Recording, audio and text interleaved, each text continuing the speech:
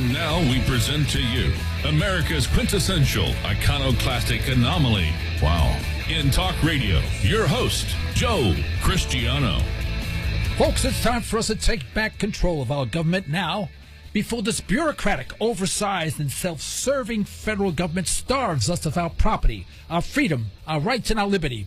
To do this, we must shed conventional thinking regarding our political structure. We need to be revolutionaries in thought, dissidents in action.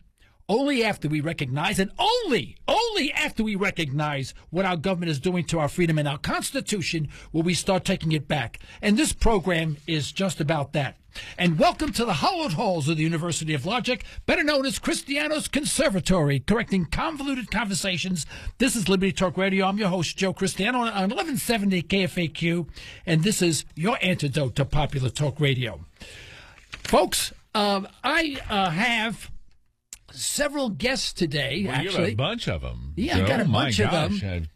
Beautiful women. Yeah, of course. Gosh, I mean, nothing else but, you know. Aren't you going to giggle?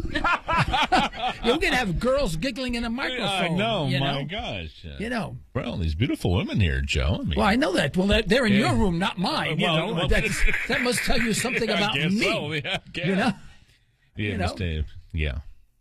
But, and also, I have to ask you, Joe, it seems like it's another tradition here on Liberty Talk Radio, a new hat. Well, actually, it's not a new hat. It's not? No. This hat was bequeathed to me by my very infamous Uncle Louis. Oh, yeah. The Uncle Louis. He actually existed. That's a real person. Yeah. And this is in reverence to him, actually. And the reverence to Uncle Louis, of course, is he was part of an organization. Yeah, he was. Yeah. Now, the organization, I don't want to mention the name. It started with an M, but it wasn't Monsanto, okay?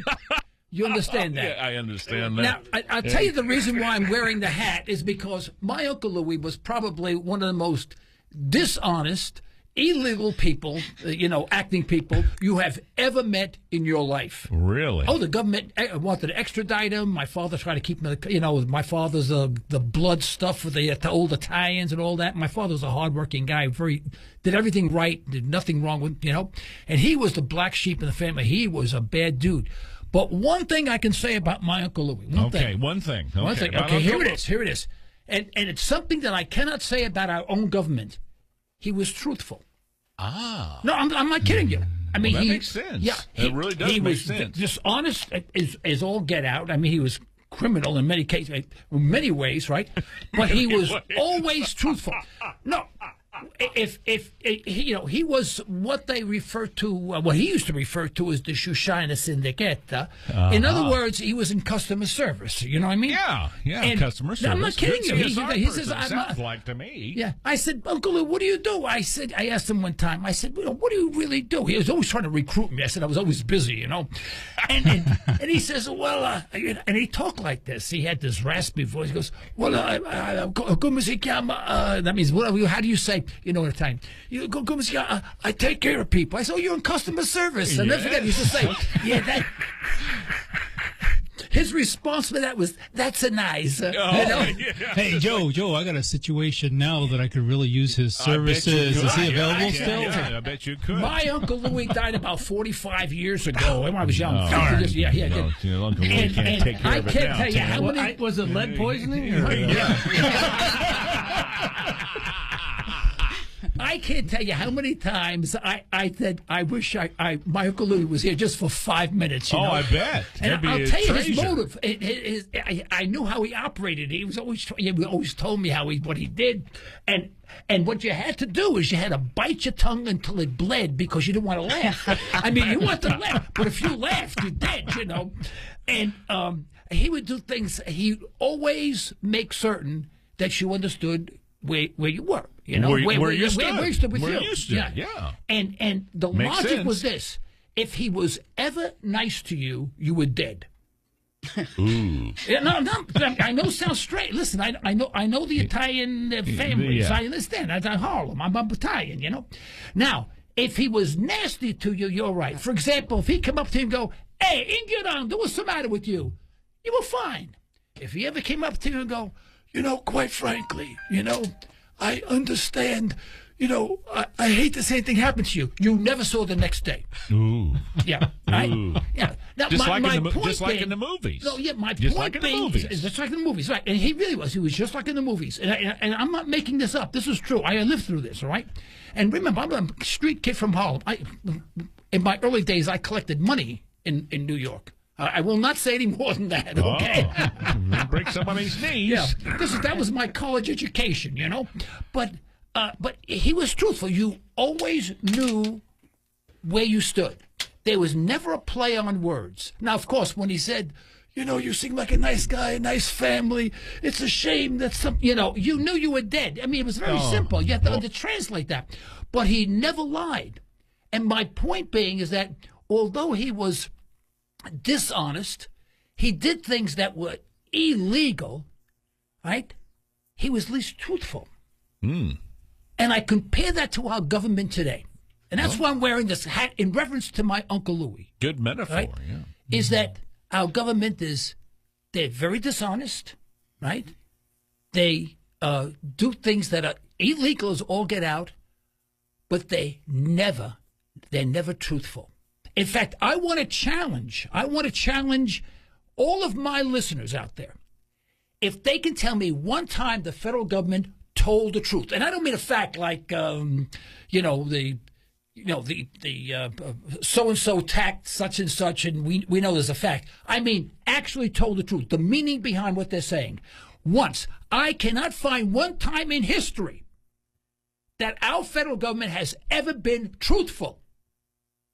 And so when we say my Uncle Louis, oh, what a bum he was and all this, look at your own government. Believe me, I would much rather deal with organized crime than our own government. I know where they stand. I know what to do. I know the rules of the game. With our own government, I don't know what to do. Well, it's interesting. I used to have a friend who was a musician and played in Las Vegas back in the 50s and 60s, and said there was no safer place in the world than Las Vegas because of the Big M. That's right. Yeah. I mean, people don't know that. Don't get me wrong. You didn't go around slapping people. Well, no. When we went to the coffee shop, the Chocolate, when we went to the coffee shop, everyone understood where they were. I mean, everyone, you knew your place in that environment. If there was a young guy sitting there, talking to his friends, and Paulie would show up. Now, Paulie was like 90 years old. He was the senior guy in the neighborhood, right? And he would walk in. God forbid, some young guy didn't get up and go, oh, Paulie, please have my seat. God forbid they didn't jump and get up and say, Paulie, please have my seat. Today, if an elderly man comes into a coffee shop and there's young punk, even little kids, with parents that have little kids sitting on seats, just right. blowing snot and all that stuff in place, they ignore them altogether.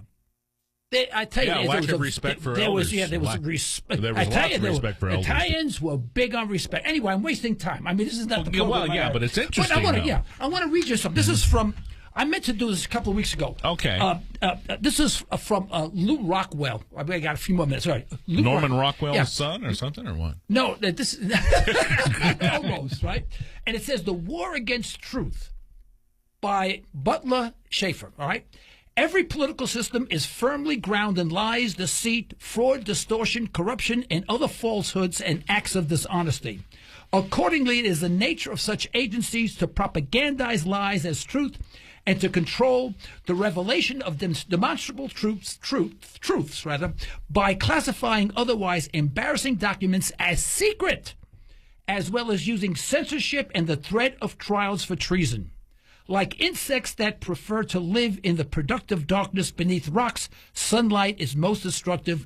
The American nation-state is firmly entrenched in this interconnected war against truth and insistence upon propagandized perversions of reality.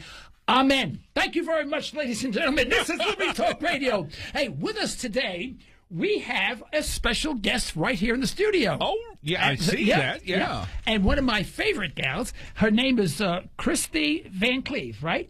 Yes, it Christy, is. I got that right. Okay. Christy is the owner Are you the owner, the Christy, you're not on executive television, director, honey. president? You're on radio. You don't need to wave at the Money camera. Actually, I'm the executive director. Oh, the executive of Money Poor. Now, cooler. you wonder why on Liberty Talk Radio we have a dog grooming owner here. Yeah. Because her organization exemplifies the American spirit. And I want her.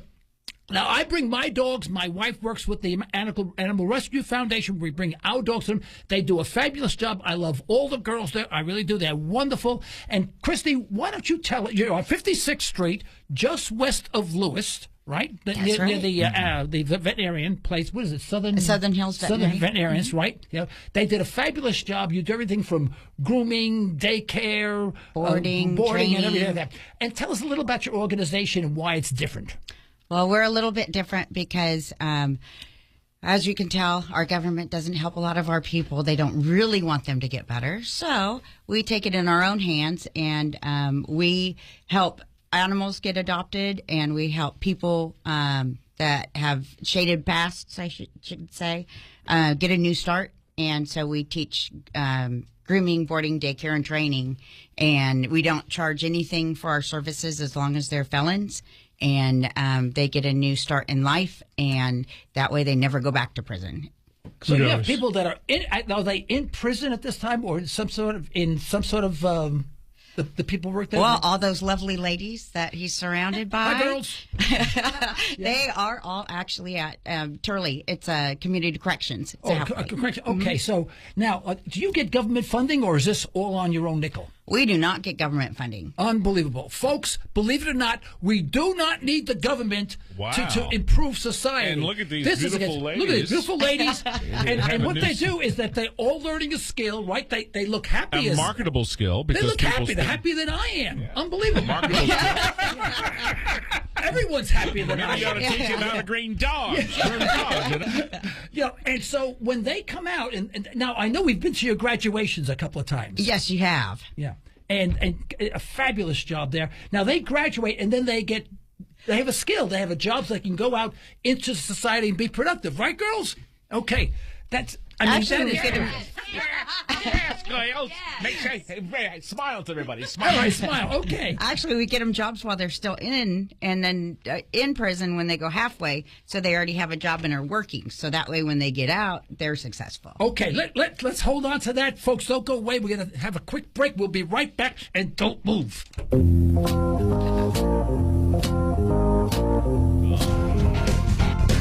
We have sponsors, folks, and our sponsors are those people. They're great sponsors, by the way. They are great sponsors.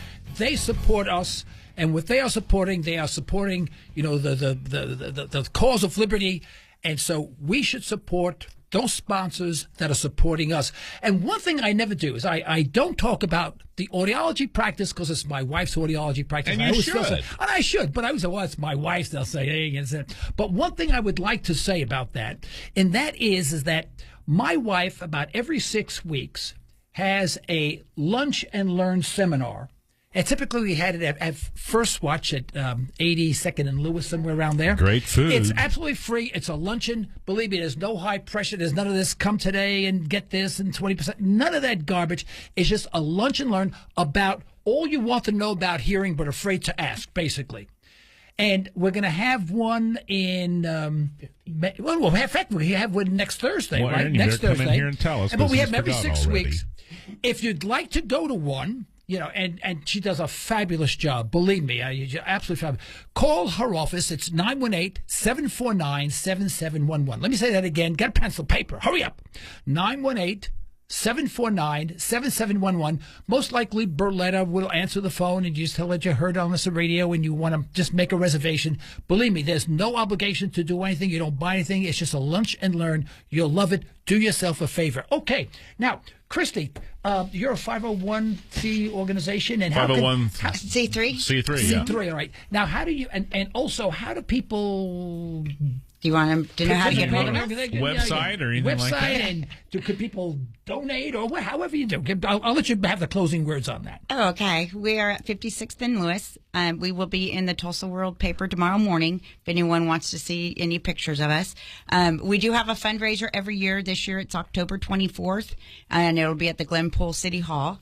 But we do take donations, and it is not cheap running this program and training the women and buying their equipment for them. Right. So if anyone wants to make any kind of donation, our phone number is 749-5255, 918 area code. And you can go online and just look up Muddy Paws Tulsa, and we're there. Okay, yeah, and you just expanded. You have a new facility, right? New room and fabulous. We were there the other day. Fabulous place. You know, they have a place where they do wash the doggies. I jumped in. They washed me. You gave Joe they did a great job. They did a great job. They said I was tougher than the dogs. You know. And we have hydraulic tubs, so we had to lift you up a little bit. You know. Christy, thank you so much for being on our program. You're welcome to sit here for the rest of the program. Yeah, stay with us, girls. Stay with us, okay? Much better than looking at Joe. I also would like to introduce. We have a couple of my zombie staff here. Of course, Gary, my agent zombie. You know, your agent, of course, zombie. Jim Zombie. Oh, Jim Zombie. Yeah, Jim Zombie. Let's play some zombie stuff here for everybody. And at 7:35, we have T.W. Shannon. Ooh, T.W. Shannon. Really? He's driving into Tulsa from Oklahoma City. Okay. But he will be calling from the car. Okay. So we're gonna interview him. He's running for Tom Colburn's seat. All right. And I noticed something that was, I wouldn't say shocking, but so noticeable it sent me back. And you will not believe what it was. Okay. We're waiting with bated breath. I was at the coffee shop. That's where he's headed. Excuse me. What's this? That's where he's headed. What do you hand me this for? Give me. I'm talking in the middle of talking. People give me an iPhone or an Android. Cue card. Well, Joe, if you want me to do some calculations? Well, that's radio. No. You're a zombie. That's your problem. What are we doing so far? Joe, we could have done that and nobody would have known about it. I pay you $1 a day. It's not like it's TV where they can see it. 75 cents. I don't, folks, someone's got to come here, take my place, and help me out. I don't know. Anyway, I forgot where. Oh, yeah. So I'm sitting at the coffee shop. Now, this is interesting. I'm sitting at the coffee shop, and, people coming in and out, and a guy sort of in his 20s, maybe early 30s, he's wearing, jeans like mine, not well pressed or anything. And he's got a sleeveless shirt on and the whole bit. And I noticed him. And there was something remarkable about this guy. What was it, Joe? Never guess Okay. what. Anyone want to guess what it was? He was bald. No. He was No. debatable. He debated with you. No, he didn't say anything. He had no tattoos. Whoa. No, I'm not kidding you. Well, I am tattoo free. Yeah. No, really. No, I don't have. No, I don't have anything against I'm gonna tattoos. take my shirt off too. It is. Oh God, please. All right, should we all take ours off? Oh God, Giles. don't I ever have no do that tattoos, again. and I'm going to prove it. I'm That was scarred for Gary life. Zombie. This is a talk show. This is not show and tell. Anyway, but what was interesting is that it set me back. Why does that make you? There's young people because without you see, tattoos. people have tattoos. To everyone almost sees tattoos, and it seems, and this is maybe a prejudicial comment, but it seems You're that a racist. The lower the income, the more the tattoos. And people who can't afford to have, I went to the dollar I don't store. know. I've seen some wealthy folks with tattoos. Yeah. Well, I mean, I go to the dollar store, for example. I love going to the dollar store. I always pick up some little thing for $1 or $2, And it's amazing the people there that are working there. They're making probably minimum wage, if that, and they're tattoos, color tattoos, especially exotic ones, are quite expensive. And you wonder how a person who's working at a dollar store has all these tattoos. I know more people who don't have money who have tattoos than people who have money but don't have tattoos. And it's just interesting. It's a sign of the times. And I often wonder what's going to happen when the tattoo phase becomes uncommon or disrespectful or something. I'm starting a shop that takes them off. Yeah, take them off, right. I mean, what happens when all these people have these tattoos and people say, "Oh yeah, that's so millennium or whatever they call it," Well, and, actually, it was really interesting. My 21-year-old stepson is trying to get his taken off because he had some done when he was 18, and now he wants them off. Yeah, that time's going to come anyway. But I guess that's a lead-in to the fact that a T.W.Shannon, does he have tattoos? The money that people don't have, and they don't have money today. Today, more than half of the people in the United States struggle or cannot make their nominal payments on their basic expenses. I mean, this is the worst situation ever since the start of this republic. I think it's epidemic, really. It is, right. And so, and I think I know where we're heading. See, we're heading downhill because during these tough times, actually, I'm making out like a bandit. Just think of this for a second. Here I am. I'm retired, and I worked all my life, but I come from the era where you saved your money. If you made $50, you save $50. I mean, maybe you spent a little bit of it. Today, you make $50, you spend $150. You put $100, whatever. On a credit card. Yeah, on a credit card. And so I've always saved my money. Now, I've taken some very, very big losses in my life, and I still turned out pretty well because I'm of the real old school. I am still, at 71, I am still putting money in my 401k plan account. Wow. I will do it to the day I die. And to take money out is painful for me, even if I need it, which I don't. But the thing is, who's paying all this stuff some of the stuff for me?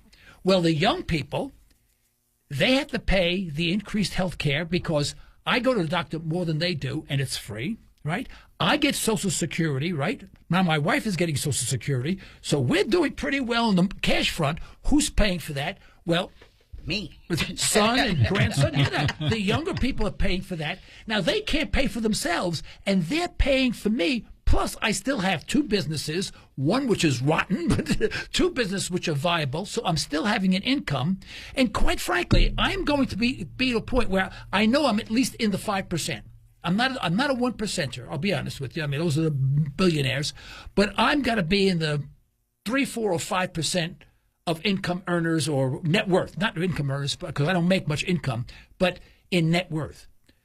But where is the rest of the nation? You would think if that's where I am, people who are younger than me are doing even better. They should be progressing even further than I did because I didn't do that well when I was young. But when I had a job, I had a 401k plan, was religious about putting money into it, never took a dime out. Right? I always made sure that I had hospital insurance, and I always invested my money, and et cetera, et cetera, et cetera.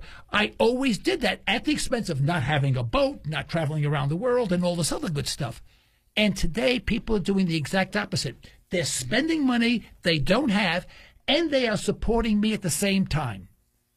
Now, there are indications that people don't have money. A friend of mine owns a commercial truck commercial truck cleaning service. Right. I mean, where 18 wheels go in. Mm-hmm. And he says it's the worst 5 months on his record. He's been there for 20 years. He makes a fortune in this business. And I said, why is that? He says, because now the truckers have to make a decision. Do I put diesel fuel in the truck or do I get it clean? Really? Yeah. They used to do both. Makes sense. Yeah. Now, I know a doctor, a veterinarian, who's a veterinarian, travels all over the United States. And I asked him, he mentioned something about the economy. I said, well, tell me, how do you think the economy is? Because I brought my dog there for $410, But anyway, but I went there. And he said, it's horrible. I said, how do you know that? I want to know, how do you know that? He said, because I am asked to go to seminars all over the country. And every single one I go to, what do I hear? I hear that people don't have the money to have their pets taken care of anymore. Now, these are barometers. Now, here's another one. There's 1,050 malls, both open air and enclosed malls in the United States. Half of them are in trouble. When a mall closes, you know what happens to that neighborhood? First of all, they close a mall, you're in deep trouble. Oh, yeah. All the housing around there, the price of the housing goes down. I mean, the value of the housing goes down. Sears, and mainly because like Sears and J.P. Penny and those places are closing their doors. Now, people say, oh, it's because of online. That's some of it. But the fact is, people don't have the money to spend as they did. So as I am getting wealthier, the nation is getting poorer, and the young people are going to suffer exponentially. And that's where we are. There is tremendous deflationary pressure on prices because people don't have money to spend, although monetarily we're inflating the money supply, so we're having monetary inflation while prices are going down. There is your little monetary history, your economics lesson for the day. Now, folks, stay with us. We're going to take a quick break. When we come back, we should have T.W. Shannon on the phone, and we'll get his take on what's going on, okay? Stay with us. Folks, before I introduce our guest, I've got to do something. I received when I got here, sitting on my desk, there was a book from Amy Williams, and it says it's by Alex Hamaya, I guess. Alex Hamaya. It's Jesus Hates Religion. Should be an interesting book. I mean, it's a fascinating, it's an interesting take. I just wanted to mention that. Sent it because you saw a billboard that you really liked. Well, that's right. I saw a billboard that says JesusHatesReligion.com, because I always complain that people argue more the minutia of their particular religion and get to hate each other. I say, well, I don't think this is what Jesus meant to do. Yeah. Anyway, it's interesting. Anyway, that's very nice of her. Mr. Shannon, are you on the line? Oh, I'm here. How are you, my friend? Okay, very good. Folks, we have with us this evening T.W. Shannon. He's the Oklahoma Speaker of the House, and he's running for office again, I guess, for the seat that will be opened by Tom Coburn.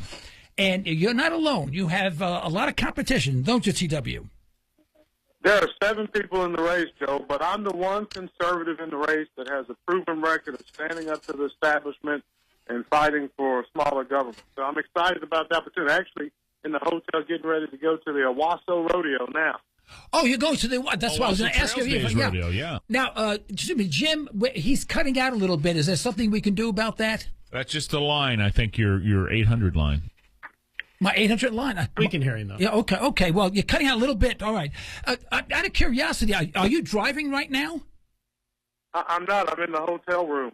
Oh, you're in your hotel room. I thought you were driving. I didn't want to hear tires screech or something like that. If I asked you a tough question, Well, I want to thank you so much for taking your time. And this won't be long. We had about 20 minutes or so, and maybe we can get some information from you, and our listeners can get an idea of where you stand on all of the issues. Now, I guess you would be considered sort of a conservative Republican. Am I correct? Absolutely. In fact, I've been termed by many the most conservative Speaker of the House in Oklahoma's history. Of course, we're the reddest state in the union, and so I think that's saying a lot. All right, but I have to say one thing before we get into the heavy duty. I saw your website, and I saw a picture of your family. What a beautiful family you have. Well, you're kind. I certainly married way above my wife. Wow. I tell you, yeah. I mean, everyone's it's a beautiful shot. It really is. I saw that. I went, wow, what a beautiful family. And I mean that sincerely. I'm not just making that up. Yeah. Anyway. Thank you, Joe. Our campaign theme is vote for Devin, elect T.W. Okay. All right. Now you see got the same situation with you and your wife. Well, thank you very much. My wife's here also, by the way, T.W. Now, you say you're the most conservative Republican House Speaker and Republican. Now, when you say that, what do you mean by that? Well, I mean, whether you're talking about creating the first ever Oklahoma States Rights Committee to push back against the federal government, or, I was the single person that stood up and said, no, we're not going to, take part of the Obamacare Medicaid expansion. We said no to debt. In fact, while I was Speaker of the House, we didn't add any new debt onto Oklahomans. We actually reduced it by almost $100 million. And we did that because I believe that, when you allow people to keep more of their money, I think that they either invest it or they save it. Both are good for an economy. So we got a great proven track record of proving that conservative principles are what lead to prosperity. That's what it's all about. All right. Now, when you win, the Senate seat, Coburn's Senate seat, you see how optimistic I am? When you win Coburn's... I like it. You like that? I like it. I'm glad you do. Well, you are going to be... You're going to have a conversion from state to federal. How do you see that change, and what steps? The problem that most people have is that, politicians promise a heck of a lot, and you know that. I mean, I'm not going to tell you anything new whatsoever. In fact, this is probably such old hat to you. And then when they get into office, things don't seem to change. We've had conservatives in and around the White House. We've had conservatives in the Senate, House of Representatives, and yet, if you look at the money spent, the amount of legislation, the amount of restrictions, it doesn't really change that much. How do you make this transition, and how are you going to go there and make any difference, make a change? Well, and I think you bring up the exact issue of why I decided to enter the race, Joe. It's not that we need people that can just vote right. I mean, voting right's good. We need people that will vote the right way, and I think that there are many Oklahomans that will vote the right way. The question is, do we have a leader? Can we have someone go to Washington, D.C., who can convince other people why we're right? It's not enough as conservatives just to be right anymore. We're right on life. We're right on taxes. We're right on business. We're right on the economy. We're right on a lot of issues. The challenge we've had is we've been sending the wrong messengers to go out and convince other people why we're right. That's why we've lost elections. That's why we've lost ground within our own party. And that's why I'm excited about the things that are happening within the Tea Party movement. That's why conservatives across the state and across this nation have, gotten behind my campaign. Conservatives like Mark Levin, conservatives like Sarah Palin, Ted Cruz, and Mike Lee, they've all endorsed my campaign because they know I'm the type of leader based on my proven record. And I remind you, Joe, they all looked at my record first. They all examined my record from top to bottom. And they know I'm the kind of leader that's going to say no to the establishment, say no to debt, and say no to more spending. That's what we need from a leader, and I think I've got a record to prove it. Now, I'm going to be a little critical, not so much of you, but of the whole movement, is that when I see a rally of sort or a meeting where someone gives a presentation, a politician gives a speech, when I look out into the audience, I see primarily older participants, attendees, people like myself. By the way, how old are you? What's your age? I'm 36 years old. When I was elected speaker at 34 years old, I was unbelievable. Speaker in Oklahoma. 36 years old. I was still learning to read at that time. Unbelievable. Unbelievable. No, really. Now, I'll tell you this, though, Joe. I've been in politics. I've been elected since 2007, and politics ages you in dog years. So I'm actually about 24 years old. Well, I'm twice your age, okay? So every time... In dog years. Every time you went around the block, I went around the block twice. I want you to know that. I'm twice your age. I want you to know that, right? Now, when I look at the audience, when a politician, especially conservatives, when they speak to an audience, I notice that there are a plethora of older people there. People are, retired people. I see some middle-aged people there, in their 40s and 50s. I don't see young people. Young people have been turned off, and I know why, and we'll maybe get into that if we have time. But why do you think? Why do you think you don't have, and the young people, by the way, are no longer doing what they should be doing and voting? They're not voting because they feel that either they have a liberal who's going to give the House away, and we're going to wind up more like Russia, mostly a socialistic country, or we vote in some hardcore conservative who loves a military-industrial complex and will keep us perennially at war, and they say, well, now I have to vote for the lesser of two evils. Screw both of them. I won't vote for either one. Now, this is the reality that we're in right now. In fact, the independents the independent movement is the largest one of all the parties, and it looks like it's going to overtake both the Republican and the Democrats in the next 8 years. What is your response to that? Well, there's no question that we've had Republicans in the past that go to Washington, D.C., and they start behaving like Democrats. Elections should be about contrast. I mean, when you've got, incumbents who go to Washington, D.C. and continue to vote for debt ceiling increases, they continue to support, this allowing amnesty. They continue to support things that we know go against Republican principles. It's no wonder that people are disillusioned. But I will tell you, on our campaign, the thing that's excited me the most is, we had a rally just a few weeks ago in Tulsa, Oklahoma, where we had over 3,500 participants. Again, 3,500 participants. Governor Palin was there. My good friend Ted Cruz and my good friend Senator Mike Lee were there, and they were there to support my campaign. And when you looked out in that audience, you saw all types of people. I saw people from different races, different age groups. And you know what? There were a lot of young people there. And so that's what our campaign is about, bringing people together who know that we're going to be the leader that goes to Washington, D.C., to not just go along with the status quo. That's what we've had from time and time again, and that's why people are disillusioned.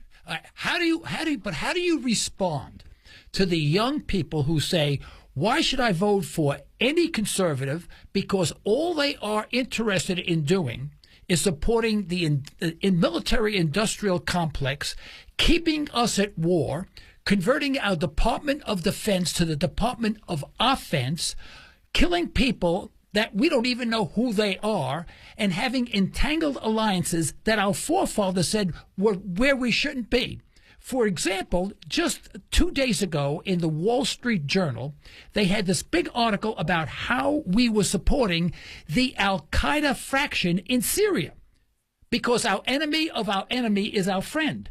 And young people, now this is fact, and this is where they get totally disgusted. Now, how do you respond to that, and what are you going to do to correct that? Well, first and foremost, we know that the world is a safer place when America is strong. And what we can have is America as the police of the world. But what we've got to have is a strong military. And what we've seen from this president and from this Congress allowing it is America being disarmed. We've seen troop sizes reduced. We've seen military spending go down. And so the reason that we see, people being more aggressive in the world is because we've had a president that has put America's interests aside and focused on, rhetoric. And we haven't seen a strong military to back up any rhetoric. And so my best answer to how do we, reduce America's involvement around the world is making sure that America has the strongest military so that we don't have to deploy. So that we know that. Yeah, but let me. I want to interrupt you for a second, because why don't we have an incredibly strong military, but all these troops are home?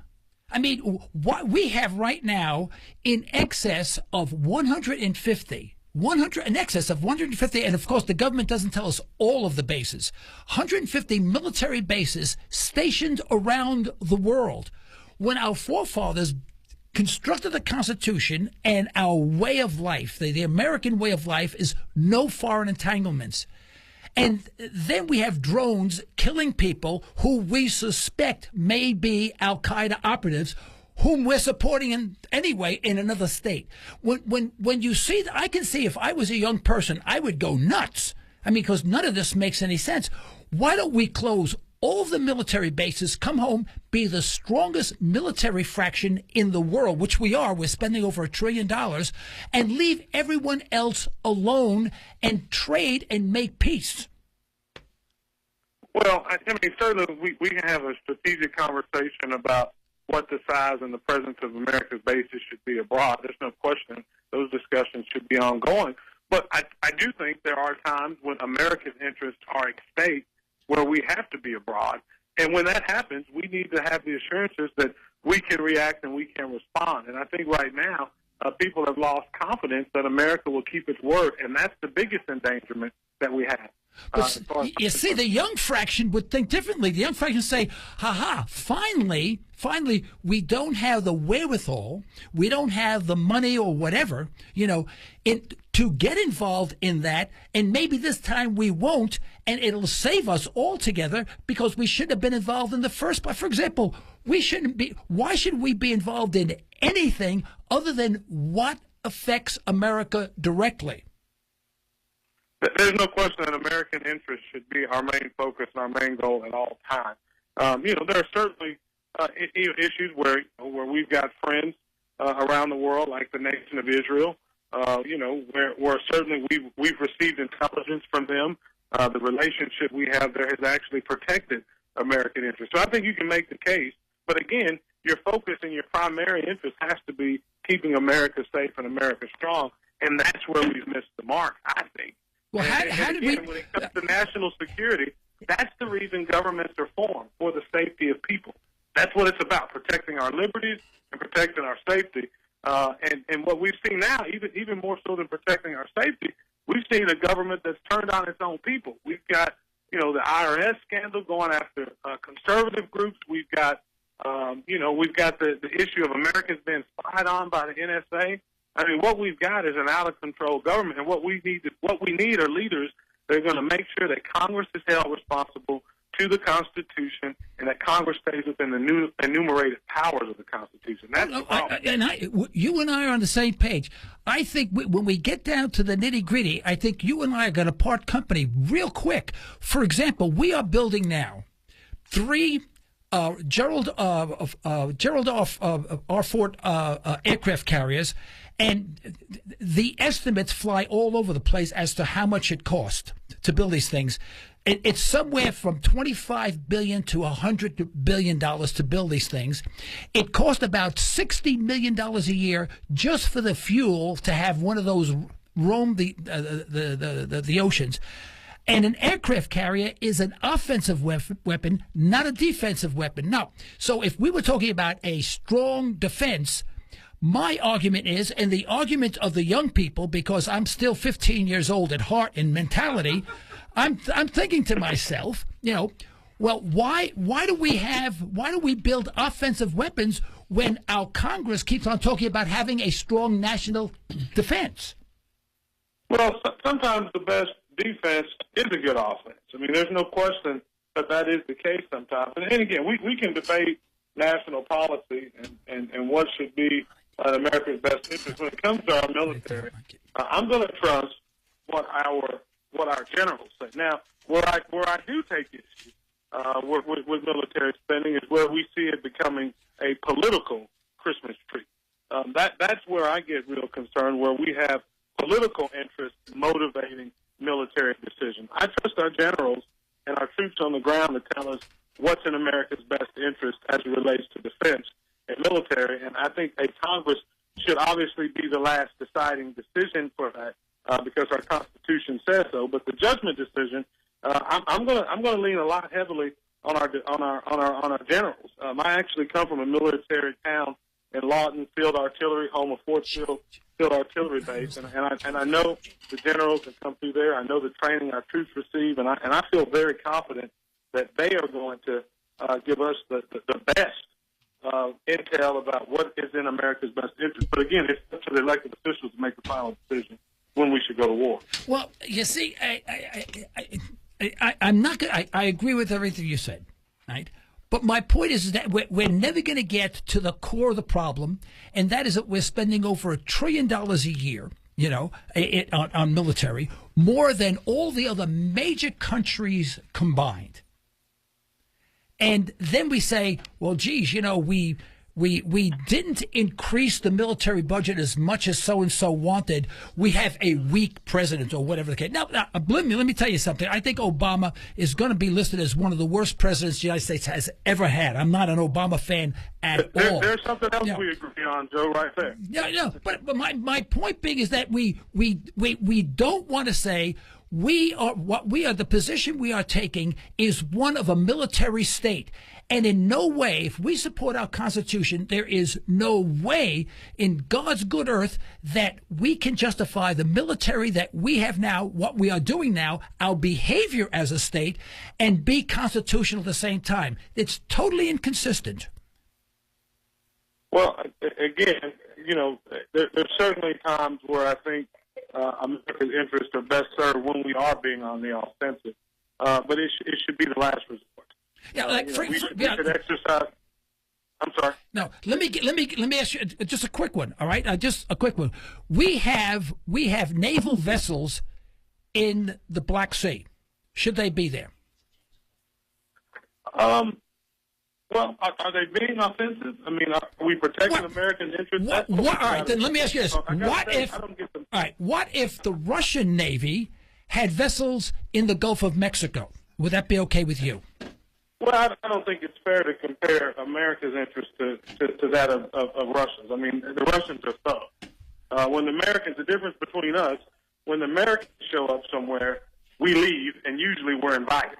And what we've seen with the Russians is that's not always the case. When they show up somewhere, they occupy, for time immemorial, and they're usually there being offensive, and they're doing it against the will of the people that are there.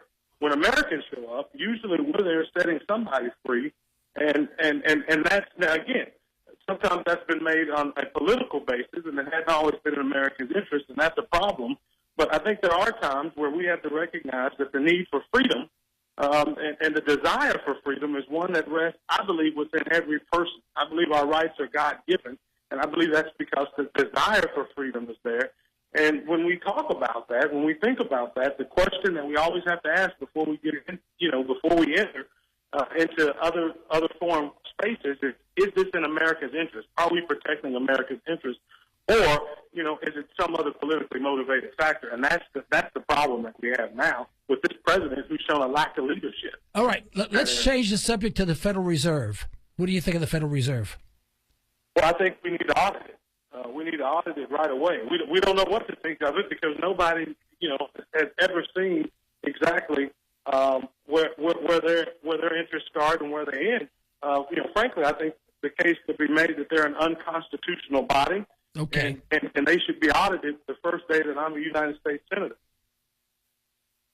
Okay. All right. No, and if we federal how are we going to do this? Because if we don't order the Federal Reserve, forever the world will worry. We'll be concerned about whether or not there is any gold there that is ours and not in custody for someone else, and that would affect the dollar. And right now the dollar is very, very, very shaky and is losing ground internationally, even against the euro, and the euro is a basket case.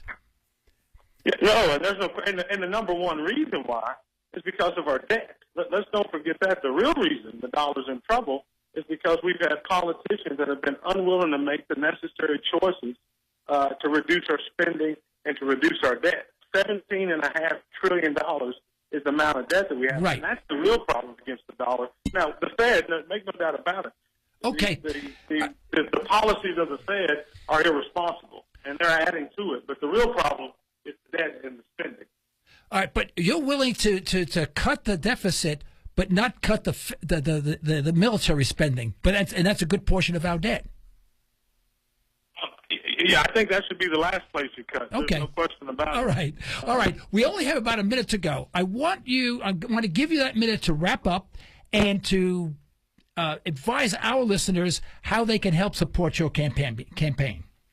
Well, again, I'm as this most conservative speaker in Oklahoma's history, I'm running for the United States Senate because I'm concerned we'll be the first generation of Americans to allow our children to inherit a lower standard of living. We need to reduce the debt. We need to reduce the spending. And to learn more about my positions, they can go to t.w.shannon.com. Okay, T.W., you withstood a barrage from Joe Cristiano on Liberty Talk Radio. I certainly appreciate your calling in. We may have you back if you don't run out of town, okay? I'll be honored, Joe. Again, t.w.shannon.com, and the election is June 24th. Okay, thank you so much. It's a pleasure having you on the program. Appreciate it. Good night. Thank you. Bye-bye. All right. Okay, folks, this is the end of today's program. We'd like to thank our sponsors for the financial support, and we'd like to thank you for listening in. Folks, you can further the cause of liberty by recommending this program to your friends and let us hear from you. Our email address is comments@libertytalkradio.com. Remember, you're either allowing your liberties to be taken away or you're striving to protect them. Unfortunately, there is no middle ground. Also, remember, support those who support this program as they are helping preserve your freedom. With that, until next time, I'm Joe Cristiano. This is Liberty Talk Radio on 1170 KFAQ. Stay well, stay tuned.